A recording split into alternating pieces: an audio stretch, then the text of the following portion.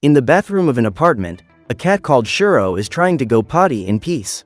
When his owner, Tank, starts pestering him, the cat decides to take revenge by wiping the dirt on his face towel and letting Tank into the bathroom without telling him that the toilet paper has run out. Minutes later, the cat leaves the house and meets his partners, Rivka the seagull and Riza the mouse. The three of them plan an evening party and agree that Shuro will catch fish for the feast, while his friends will bring the drinks. With everything settled, Rivka and Riza leave and Shuro goes back to sleep in his armchair. However, his sleep is soon interrupted by his best friend, Black, a cat who has come to bring him good news. Black says that a new cat has arrived in the neighborhood and her name is Princess. Without thinking twice, the yellow cat jumps off the balcony of the apartment and climbs down a pile of gas cylinders, just as they are being stacked by the store owner, called Sam. The guy is furious that Shuro has messed things up, but the cat doesn't care and goes on his way with Black. Shortly afterwards, a mysterious cat, whose fur is identical to Shuro's, appears on the street and tells Sam that he's looking for someone.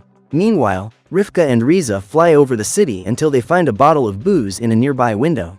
The rat decides to take it to the party, but the resident of the apartment sees the attempted theft and uses a pesticide against Riza. However, the rat manages to escape and follows the bottle to the other window, but the guy doesn't give up and tries to get his drink back. The two fight over the bottle, until Riza ends up falling out of the window and is saved by Rivka at the last minute. Nearby, Shuro and Black find the house of the cat, who is playing with her owner, a comic book artist. After the guy goes to work, the duo break into the house to meet their new neighbor, but she gets scared when she sees the invaders and tries to run away, jumping into the ceiling fan. Unfortunately, she ends up being thrown into the bookcase, and as she falls, she knocks over the lamp and electrocutes herself. Faced with this chaos, the pair don't know what to do and, to make matters worse, the designer had forgotten his cell phone at home and is about to open the door. Shuro and Black hide in the bathroom and, shortly afterwards, the designer enters the room and sees his beloved cat on the floor, already lifeless. Filled with rage, he hears a noise coming from the kitchen and, holding a pair of scissors, he heads there, where he finds the two cats.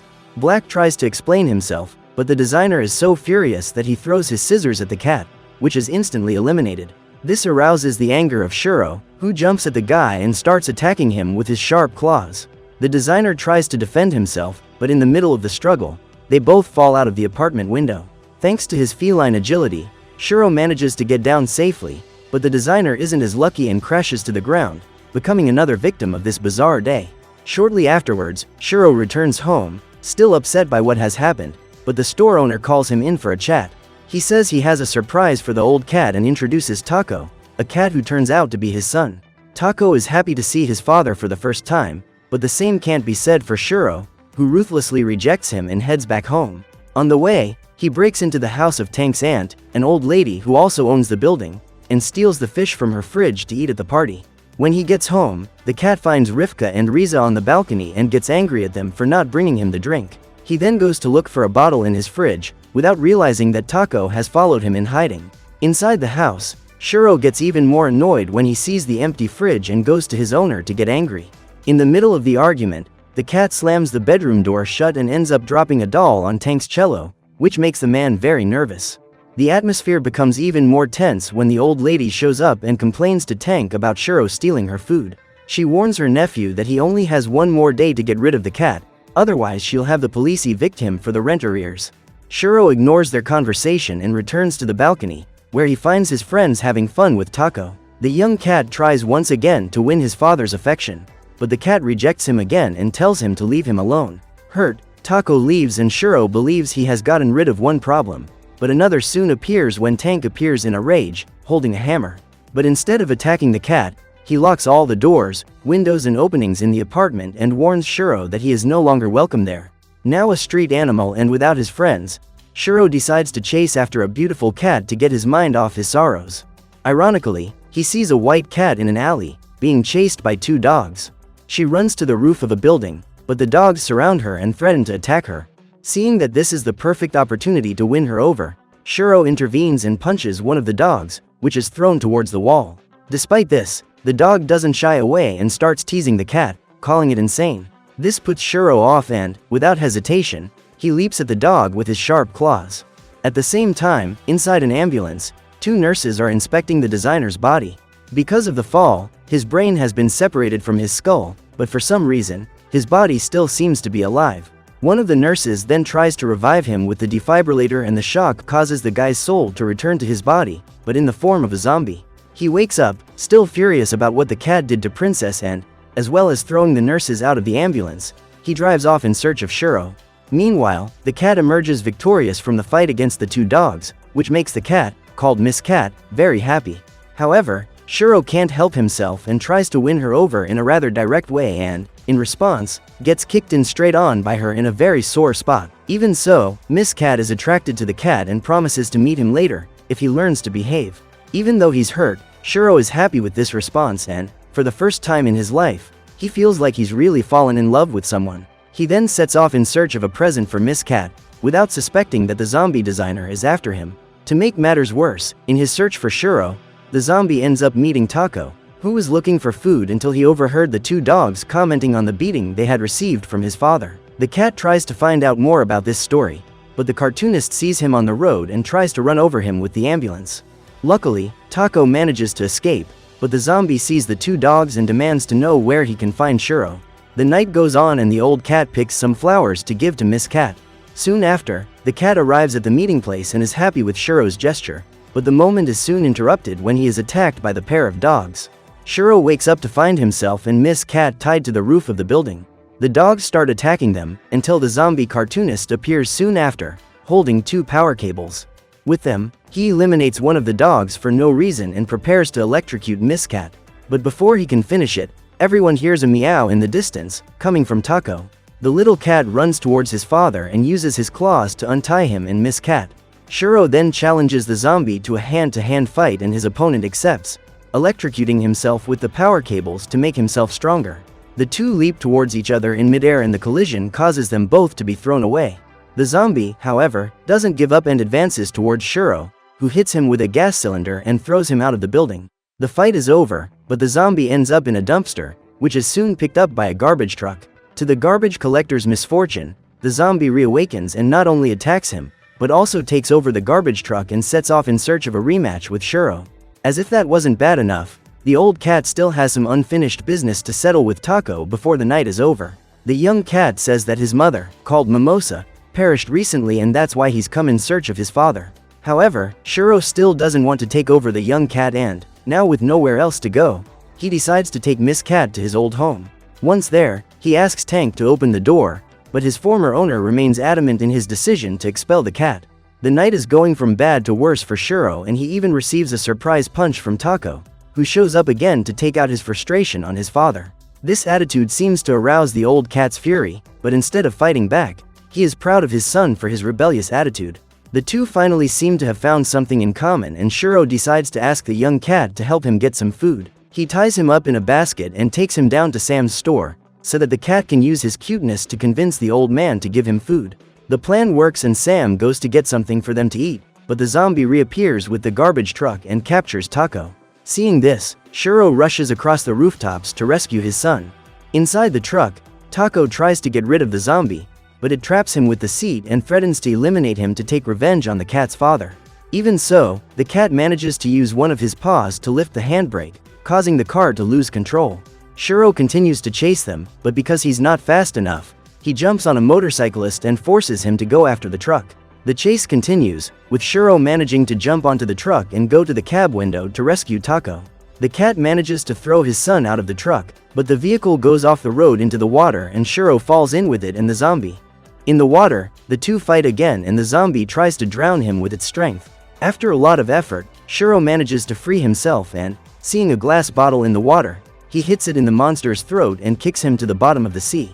Shuro then manages to get out of the water and finds Taco, who is so relieved to see his father safe that he gives him a loving hug. Back at Tank's house, Miss Cat waits for Shuro, but the old lady appears again and sends her away. A few minutes later, Shuro and Taco finally return to the apartment, but Tank's aunt tells them that she has chased the cat away and has surrounded the apartment with barbed wire. Just then, at the spot where the garbage truck sank, several people gather to see the crane trying to lift the vehicle out of the water. But instead, it picks up the zombie designer and, just as it was about to drop his body to the ground, the crane ends up hitting a power pole. This generates a strong electrical discharge, which reanimates the zombie's body and makes it absorb the energy of the entire city. Unaware that his enemy is still after him, Shuro sets off in search of Miss Cat, but first he needs to eat something. Suddenly, Rivka and Riza reappear and, because they are also starving, they decide to make up with the cat so they can look for food together. To do this, Riza decides to come up with a more daring plan, to break into a bank and steal all the money in the vault. Shuro agrees to the idea and, together with Taco and Rivka, they head for the town's bank. Nearby, 2 policemen had captured the out-of-control zombie and taken him to their car. Just then, Shuro and his friends begin the invasion, with Riza managing to get into the bank through the toilet. The rat manages to push open the bathroom door, but is spotted by the bank security guard. However, the security guard is so scared of the rat that he tries to climb onto the chair and ends up falling headfirst onto the floor. Thanks to this, Riza takes the keys from the unconscious guard and unlocks the bank doors, allowing Shuro and Taco to enter. The 3 of them then make their way to the huge vault, but none of them has a clue how to open it. Taco picks up a stool, places it near the number panel of the safe and, as he climbs onto it, the cat types in the password 1234.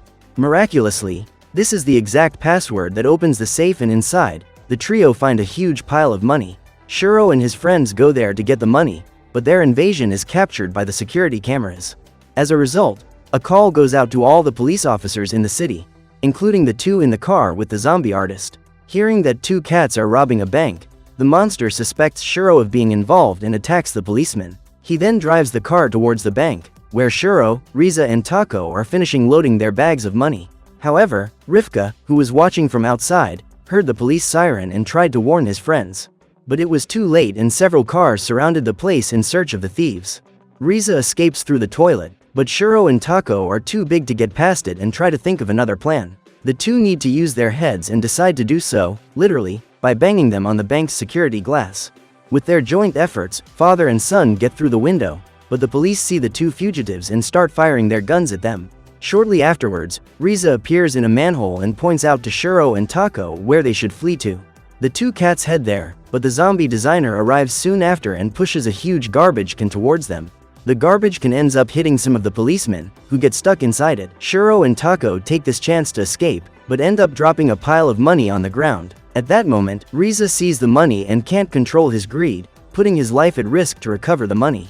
Just then, one of the policemen inside the dumpster sees the rat with the money and pulls the trigger, shooting Riza. Rivka, who was watching from afar, sees his friend being wounded and manages to rescue him, but during the flight, he is also hit by the policeman's shots and is forced to flee.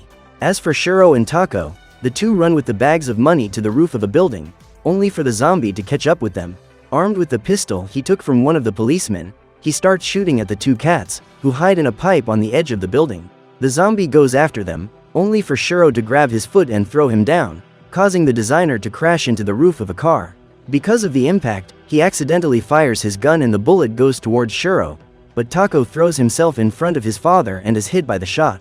For the first time, Shuro's paternal instincts kick in and he despairs at the sight of his wounded son.